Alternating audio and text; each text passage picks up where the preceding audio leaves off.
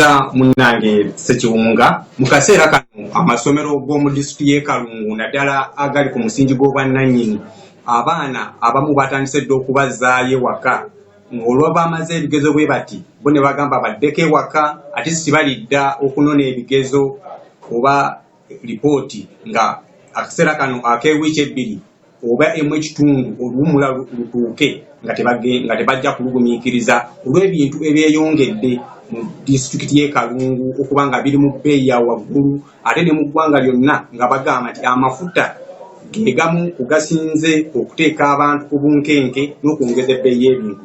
Olwali no tutambule ku masomero ag'enjawulo ne tutuukako wano ku ssomero erya Waggwa Secondary School ng'eryo nno essomero lya Kisulo ate nga kuliko n'abaana abava wabweru. Tulina mukulu HM embeera ekuyise yatukoyeyanjuli abatuwuliriza n'abatulaba Haji Buzairu Sebyala Teacher Waggwa High School Lukaya Kalungu. Nsanyuse nnyo okubalaba tweyanza BBS terefayina okuba nti etunoonya ejje erabirisa mu bantu baabwe Ssaabasajja Kabaka.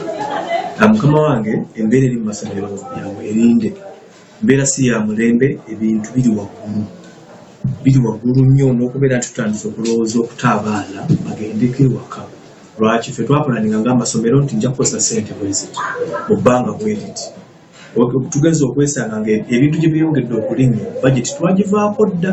Bakitegeeza nti kati olina okukwata ebbali ewatali wootegese nti nkutte wano ate oteekemu ssente osobole okutambuza abaana batuusa kutaamu gye naakola ki gye naggweera. Kati olusuubiro lwaki abaana mubawummuza mu kaseera kano? Abaana bagenda kuwummula mu kaseera kano ensonga ziringanga bbiri. Ekisooka ebintu biri waggulu. Ekyokubiri taamu Ministry of Education yajongera ntifula ya weeks 14. Taamu eya bulijjo ndibadde beera ya weeks 12. Tetuwakanya kye baatukolera olw'ensonga twali tuva mu lockdown nga tulina okubakuba ebintu tubimaleyo. Naye ate ebintu ebyereze mu miwendo akawunga ebijanjaalo sabbuuni ne biru zino ez'amasannyalaze n'amazzi nabyo bitukase okuwummuza abaana bagende ewaka olw'ensonga tukyasobola babeezaawo endya eri waggulu nnyo. Essaawa mubawummuziza ng'ogamba nti bibasukkulumyeko embeera. Osuubira ne taamu ejje gye mujja okutandika genda kubeera bityo.